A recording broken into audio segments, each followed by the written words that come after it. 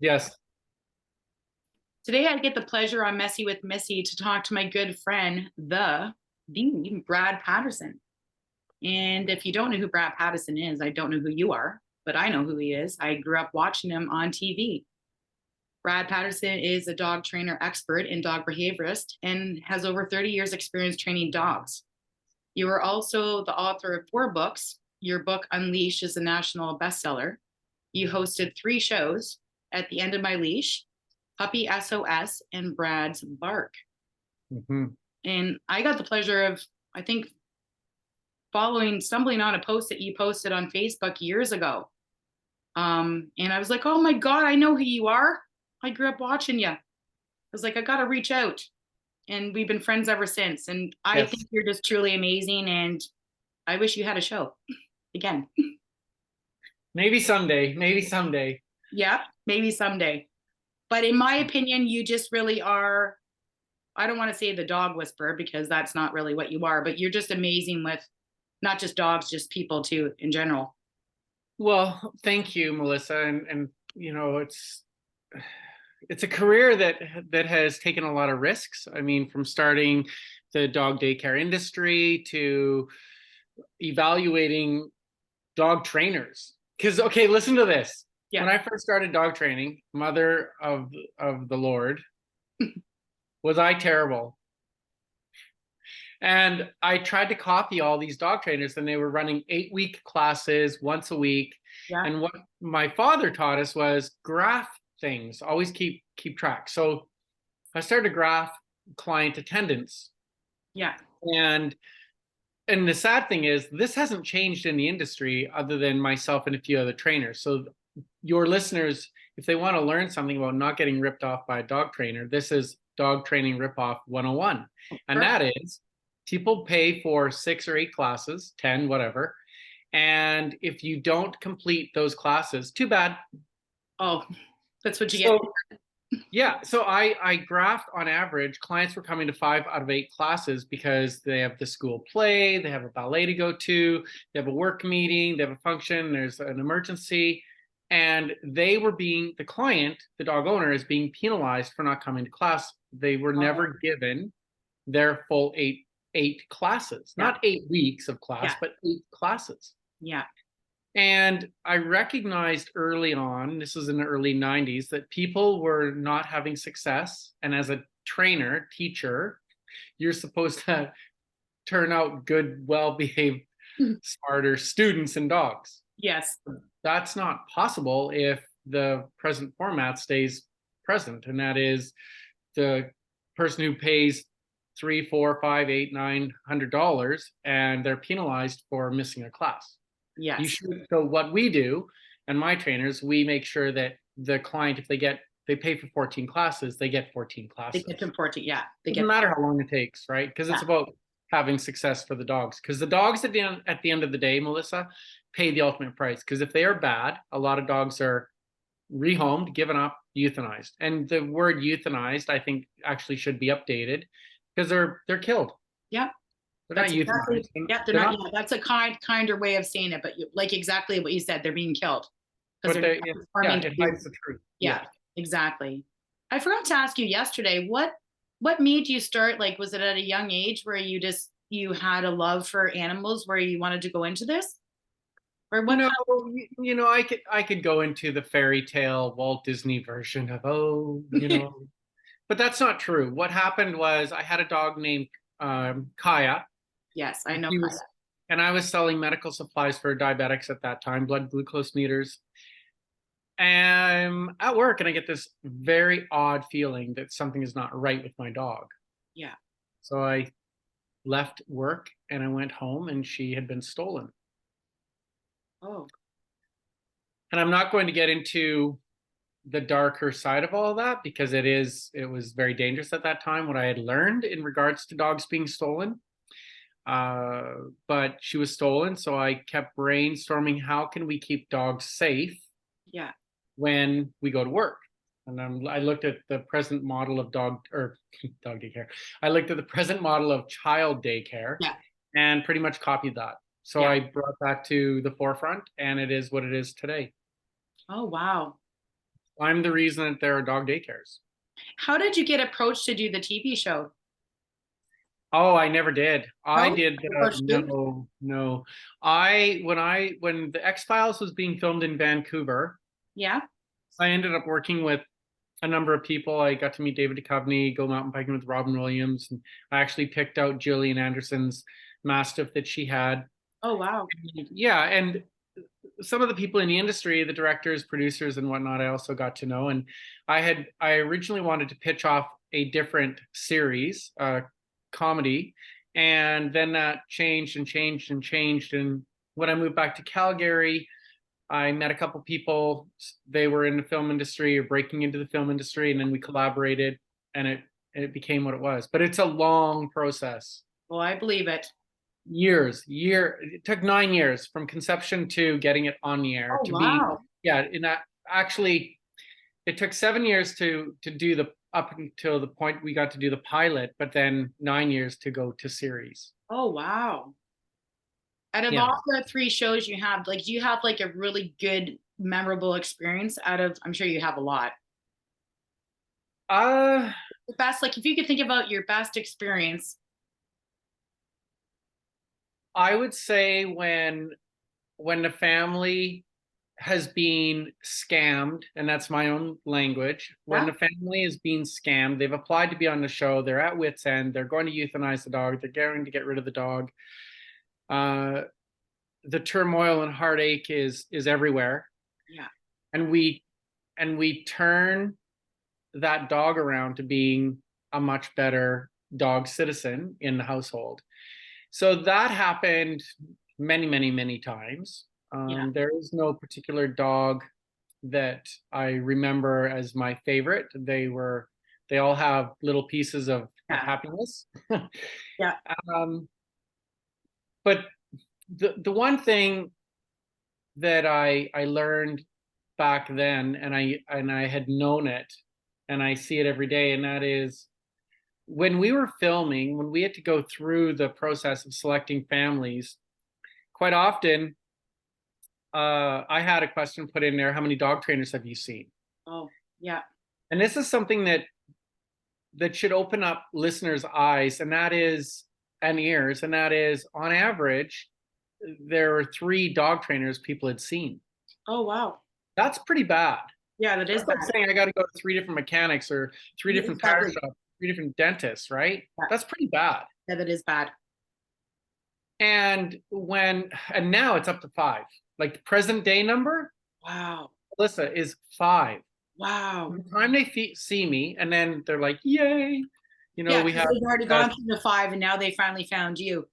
but they're all treat trainers. And Oh, listen, I'm not here to bash tree trainers or anybody else, because there's enough of that and we don't need that. What we do need is more people coming together.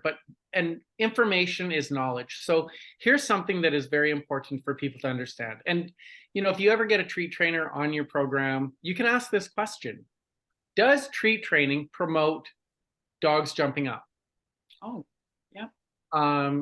searching counters, stealing food, begging, excessive drooling, getting into garbage more? And they will tell you no. Oh, yeah, of course. Yeah. But that's not true. That's not true at all. You can take a dog that's never begged before, Yeah. and it's 5 years old, let's say, now start giving it treats, and it'll start begging. Oh, for sure. So what happens is there's 13 different aggressions. Won't get into all of them, but one of them is called food aggression. Yeah. And it's not about eating their own food. It's about people food People that the food. dog wants. Yeah, exactly. So if somebody has a 5-year-old, a 9-year-old, and they get knocked down because that dog has Yeah. been treat trained. Yeah, exactly. And I've actually seen a lot of stories of that where, the kids have had something in their hand, the dogs knock them over, it just grabs the food out of their hand because that's really all they know, right? Food. Smells good. Show Yeah. me your Yeah. Show me your ring finger. Okay. Now, imagine that finger doesn't exist. Exactly. And I know a little girl who lost her ring finger Oh. because she had a peanut butter and jam sandwich in her hand. But if you take a look at a child's finger and an HB pencil, Yeah. that finger is actually softer and easier to nip off Oh, for than sure. it is to bite food. Okay, so it's not just about food aggression. There are other issues that arise from using food. And how does it make sense? This is my question. Okay, first, we're going to go to the aquarium and watch the dolphins do their performance and give them fish. And there's a sea lion. We're going to give it fish and yada, yada, yada. I don't agree with that, whatever. Nope, same. But why is it? Have you ever seen a walrus give a person a sandwich? No. You ever seen a horse give a person a drink? Nope. Have you ever seen a lion bring over a steak and say, here, human, have a steak? Absolutely not. We are the only species that gives food to another species. Very true. So true. 100%. That is work. So that works against the natural order. Yes. Okay. And when in my opinion, when we dummy down a dog by giving it food, we create a space called negotiating. So let's put it into child-parent understanding. Child, you give the child 10 cents for tying their shoe. Now you say, Jennifer, tie your shoe. And she's like, no. Yeah. Okay, I'll give you 20 cents. Give me more and I'll tie my shoe. Now it's a negotiation. And this is what dogs do. Same thing. But what if the kid is rich and they don't need money? So some dogs are not motivated by food. So now how do you train them? Oh, that's right. A free trainer will have zero success. And that's why when people contact me, they find success. Oh, I've watched so many of your videos just the past couple of days, and I've watched a lot of them, but man, I tell you, and I don't mean to just humble you because you're my friend. God damn, are you amazing. There's just a knack that you have and an ability that you have that maybe you don't even realize how incredible that is. Your training skills and all your years that you did go to school and learn, like it works. The proof is in the pudding. It does work, and thank you for the compliment, but my teacher was Desdemona. She was my Australian healer border collie who lived to 21 and a half, but she was my first teacher. Okay. She introduced me to how to discipline a dog. She introduced me to hierarchy, relationships, what that looks like, friendships, all sorts of different components in the dog culture. Yeah. And one of the things that I learned from her and many other dogs ever since is we have not taken the time to learn their language. Very true. So if you're going to go to another country where they speak another language, usually people in this day and age will download an app and are going to learn some basic phrases. But have we learned anything about the dog language when we have dogs in our homes? Yeah. Right. And that's something that I find that needs to be brought to the forefront. And that's one of the things that I'm working at doing. Oh, wow. But it takes studying, like studying coyotes, wolves, dogs, many other animals. They have so much information to share with us if we are willing, and if we are willing to be humbled. And this is one of the things that I've, oh my gosh, there were some times I've been schooled by dogs where I feel nothing. You feel, oh my Lord. Yeah. It's like, oh, my, we're stupid. Yeah. So. And your Rocket's a beautiful girl.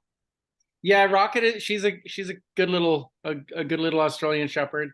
7 years old now. Yeah, she's a rock star. I still remember when you got her, just a tiny fluff ball, eh? Yep, I remember when I got her too.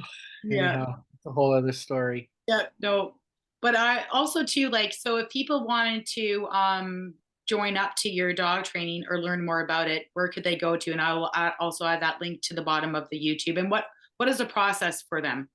Oh, the process. I want to be a dog trainer. I'm gonna, join up. Well, they can go to hustleupdogtraineracademy.com. So, hustleupdogtraineracademy.com. And that's a 6-week program.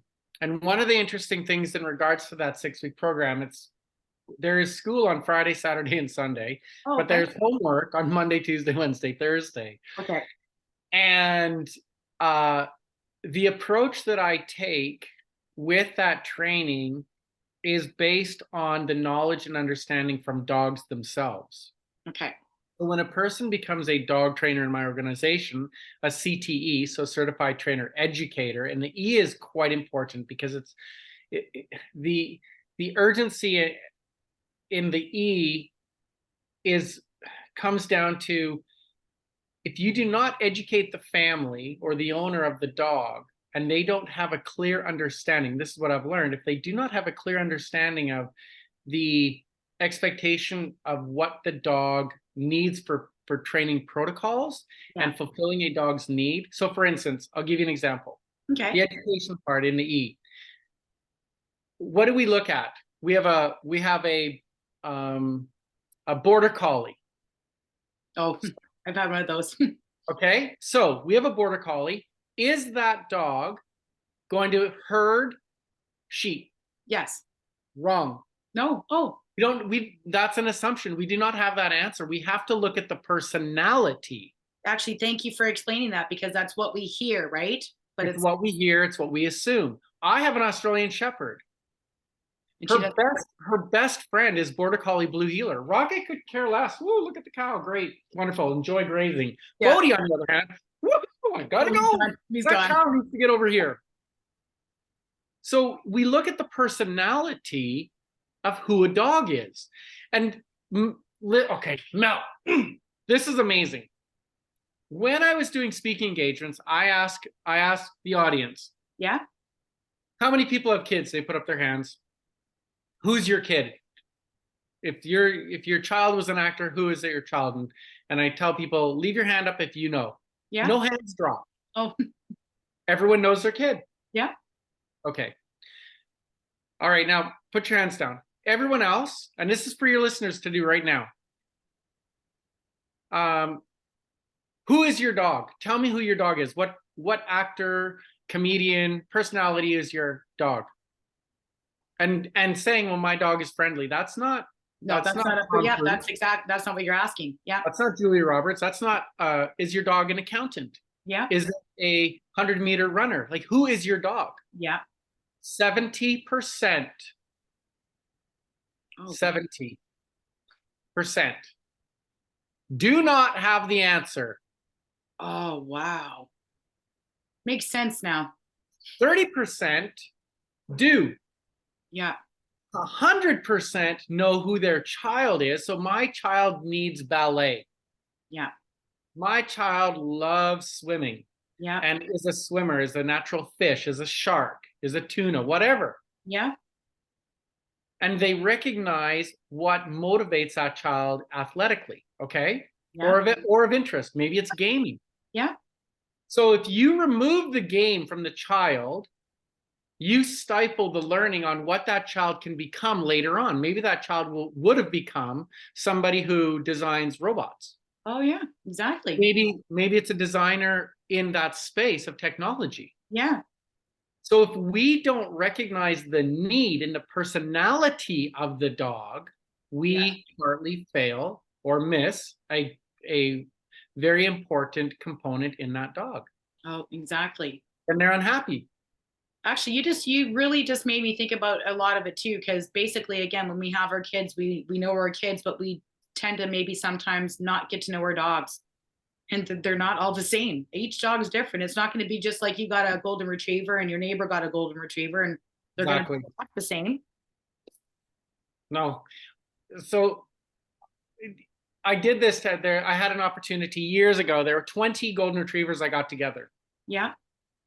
And I was trying to explain to people, because they would share their frustrations in training their dogs. Yeah. I said, okay, one dog, snap your fingers and it'll sit.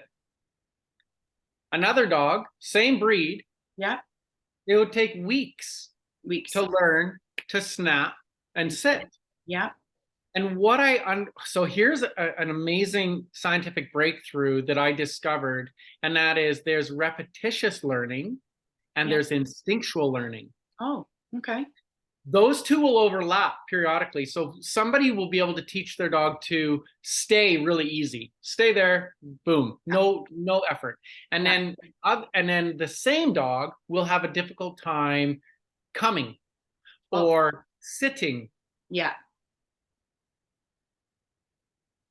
Go to the car. It's like, what? Yeah. Go to the car. What? They Right. don't. Yeah. So there are differences in how dogs operate, think, and who they are. And it's important that we take the time to listen to our dog and study them to find out who are they, Yes. just like we do with our kids. Yeah, exactly. Because again, it is like your kid. It's like having an animal. It's not just having an animal. It's part of your life and for a long time. It's a commitment. It's not just like you said too, that where people get a dog, they have these expectations.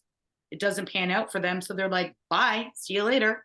And now it Exactly. goes up or they pawn it off, or like you said, unfortunately too, they euthanize them, right? The Yeah. more polite way. Yeah. Well, and a lot of dogs, uh, a brutal little fact, and that is a lot of dogs are euthanized by the age of 2. Wow. And can you And many imagine? dogs, the first signs of considering getting rid of the dog, kicking it out of the household, begins at approximately 7 months. Oh, That's when the person comes to the question, what have I done? yeah, What have I done? yeah, And then they're told to just shove treats in its mouth and redirect and get the dog to jump through a hula hoop and use food games and all this other garbage, which masks over the actual issue. yeah. And that's why I have this uh, large disagreements in treat training, because Yeah. they're not fixing the issue. No, You no, know, it's compounding it, and the dog pays the ultimate price. absolutely. Can And you then tell the people do pay a price, because if a dog is to be removed from the home in any way, shape, or form, there's a ripple effect that goes through. So a friend really liked that dog, but now they no longer get to see it. They don't get to yeah, walk it. yeah, Then there's the immediate family, boyfriend, girlfriend, husband, wife, kids, cousins, whatever. And there's a loss there. yeah, And this is something that I look at in my trainers to recognize, so we do the best that we can as a CTE. yeah. You also teach me something pretty amazing, that when it does come time that, it is your dog's end of life, where you make the decision in a proper way, not just because they're not abiding to your rules, to have the other dogs and animals be present. And you Yeah. do that. Okay. So, but I learned that from Desdemona, Max, and Rocky. And Rocky was an Australian Shepherd, lived with Kira, Yeah. and Max was my border collie at the time, and then Des, the border collie healer. But their dogs are similar to elephants, where they mourn Oh, and they grieve the passing of a friend. oh, Ever since then, I have filmed and documented dog funerals.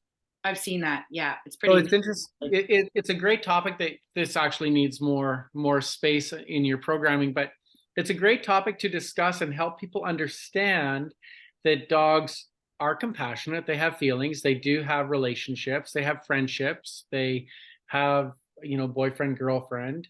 Um, and the mourning process, I'll share with your listeners, is no one knows. Yeah. We don't have enough data and intel, but what we do know to date, what I know to date from my study in dog funerals, is it needs to be done, and it needs to be done more often. Yes. And the one thing I always coach my clients on: do not talk. Don't go up and interrupt the process. Don't inject yourself in with those dogs. You let them be in that backyard, in that safe space, and you let and be quiet. Yeah. Don't go and have a big, chit chat conversation with the other guests at the funeral. Yeah. We need to be quiet. We need to allow them to go through their process. Yeah. And then the other tidbit that I'll leave with your listeners is, the next day, go and do something different with your dog. Yes. Change it up. Yeah, because routine is, routine. Don't even get me going on routine. Routine Yeah. is that's a brain rotter. Oh, for sure. One Yeah. of the worst things ever people can do to their dog. And people will, and I like this, Melissa. People love to debate and argue that with me. But dogs love routine. No, they don't. No, No animal does. no. They will be compliant. They will adhere to your demands because you're so lazy, Yeah, but they're not happy. no. Take them on a different walk, drive to a different park, go visit different people, dogs, whatever, and the dog is happy as can be. Exactly. Exactly. But why are they so dull and lame in the house? And that's because routine is killing them. Yeah. Because again, if you're only taking them for a walk at a certain time every day, you're not Oh, changing. Oh, yeah.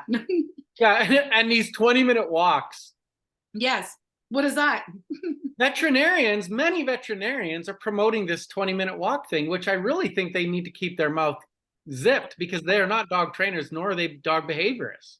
Yeah, So then exactly. people, that's equivalent to someone is in solitaire and they can come out for 1 hour out of the 23. Yeah, exactly. Why do we even have a dog if we're going to treat them as a house prisoner? So true. So true. Yeah, I couldn't even imagine that. I have to bite my tongue today on all this because it gets me hot under the collar.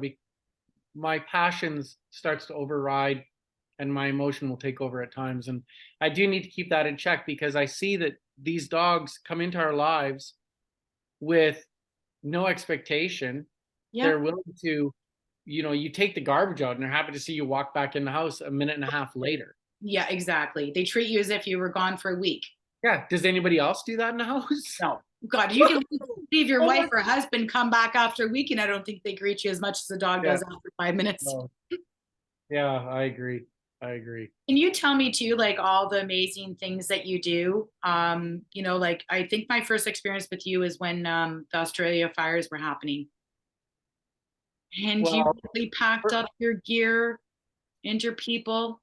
yeah, so the people on the team, Heidi, Hollywood, Kelly, Jason, Alex, myself, those are living heroes. Yeah. Those people trusted me to come to Australia on a whim, Yeah, it obviously. was a whim. Yeah, And then everyone who donated. I know. We had a lady out of California who used her points to fly us to Australia and back. Oh, wow. I didn't Yeah. even know that. Oh, that's amazing. Yeah, so the work in Australia was fascinating, fun, exhilarating, dangerous at times. Yes. Learning curves were straight up. There was no curve. Yeah. Devastation that we all saw, smelt, the carnage of death. Yeah, and we were there for a month. And koalas are quite the feisty little critters. They're quite adorable. They're fragile little things too. But from there and being in Haiti and being in Puerto Rico, Calgary when they had the floods years ago, I've had the opportunity to help during these moments in crisis and death and sadness and whatnot. And all I can say is the other first responders that I see out there, from the police to the fire to ambulance, doctors, search and rescue,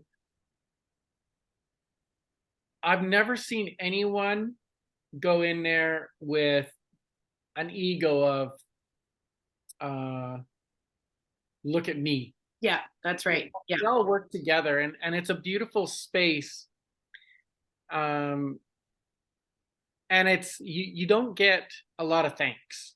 No, you don't. And if a person is going to go into that type of rescue and you're looking for thanks, you're not going to get it. No. What you will get is your own private moments, and I won't get into that because it's very personal, but Yeah. you have private moments that are between you and your thoughts. Yeah. And some of those moments are heartbreaking. Some Yeah. are filled with a smile. Your face will just naturally smile because something made you smile, like that puppy or that koala or that kangaroo or Yeah. whatever. Especially like when you guys actually found, the koala bears or kangaroos, right? Like that Yeah. on all And your faces. in Australia, there was one mom.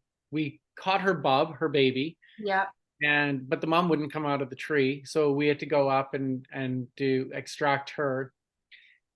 When we took her to the vet, she was then checked out, and we found out that she was near death. Oh, She was at a dehydration level of 9 out of 10, oh wow. and they nursed her back, but she was pregnant. Oh wow. Yeah. Oh, So that's so we ended up saving not, 2 or 1 out of that yeah. tree. End up Oh, saving. that's really amazing. Yeah, it's a precious story. You know what I mean? Like if you didn't see her, God only knows what would have happened, right? That's amazing. Yeah, but the people in Australia, my lord, such Oh, wonderful. they were, yeah. I remember seeing those clips that you would post on Facebook. When were they ever wonderful, eh?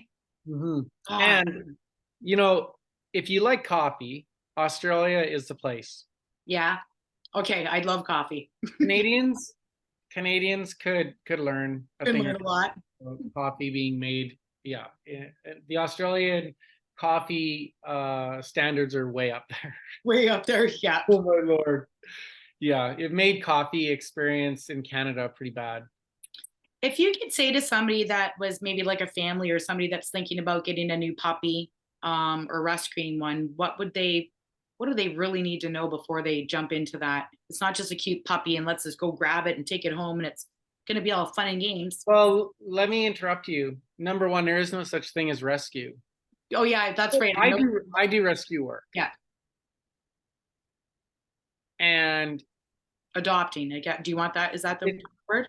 that's all it is. Yeah, adopting. Yeah, not rescue. Yeah, good point. Actually, you just taught me something right No, there. no, we do need to clean up this rigmarole of categorizing somebody adopting a dog as a rescue. They didn't go out there and rescue it. That's true. Yeah, They went online and searched on different websites, and they saw something cute and fuzzy, yeah, and they're like, "I'm going to rescue a dog." Well, oh, I'm sorry, but you're not rescuing a dog.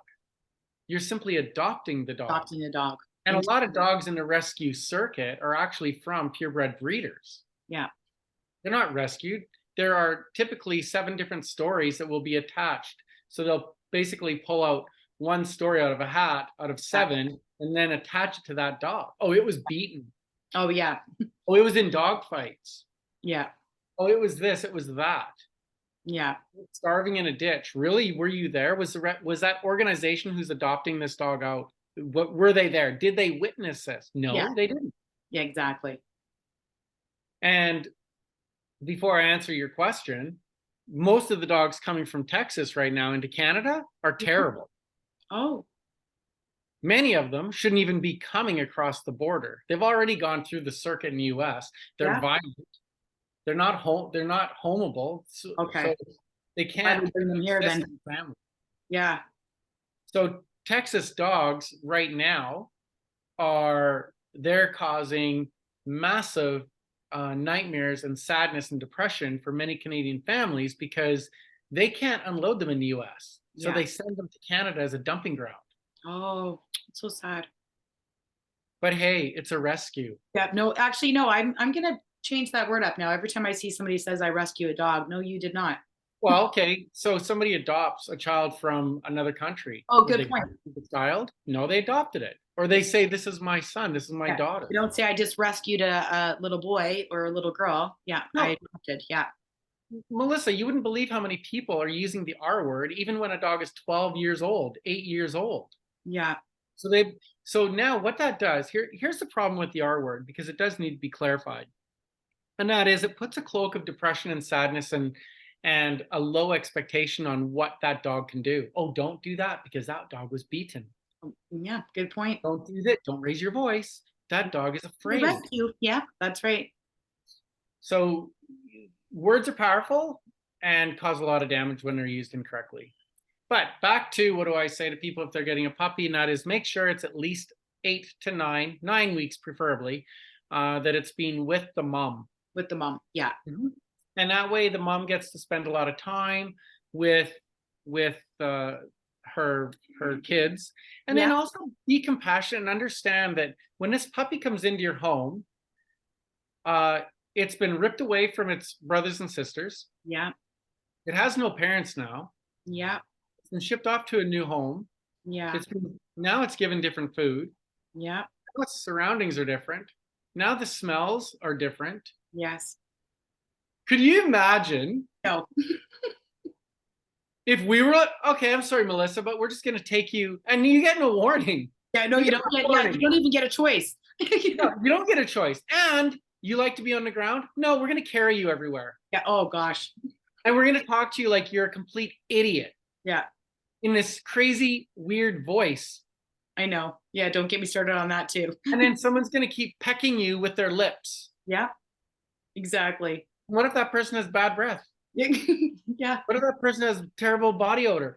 Poor puppy. I know. On the ground. Let it be a puppy. Yeah. Anyhow, I try to make fun of it, so I don't get too crazy. But if we do look at it from a comical way of, wow, man, a lot changes for that puppy. Yeah. Like, boom, where'd my family go? Yeah. Exactly. Right, where are all my playmates? It's like parents having a baby, but it doesn't work out for them after 2 years. So they just ship it off to put it online and like rehome it. It's pretty much the same thing. But we have 2 minutes left, but I definitely want to do more of these because I think we could talk for hours and get everything out there. But if you could leave any last thoughts with dog trainers, people that are getting dogs, any last bit of Well, gosh, there's so many. yeah. Maybe I need to take speech therapy classes.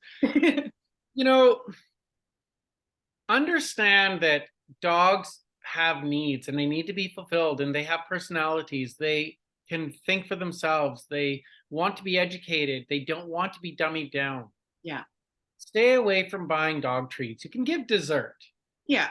But forget that nonsense. They are a very intelligent species. Oh, so smart. They coexist with us. I mean, they work in the police. They work for search and rescue. They work for guide dogs, the social assistance dogs, cancer sniffing dogs, fruits and vegetables at Border Patrol. The list goes on and on and on. Yeah. So if they weren't smart, they wouldn't have any of those jobs. Exactly. So why do we belittle and demean them to a point to here's a biscuit, here's a piece of bacon. Yeah. No. Yeah. Terrible. And I love you very much, and I know we're going to do a part 2, if that's okay with you. Absolutely, I would love to. And you enjoy your beautiful afternoon there. I will, and thank you very much. All right. We'll talk soon. Bye. Ciao.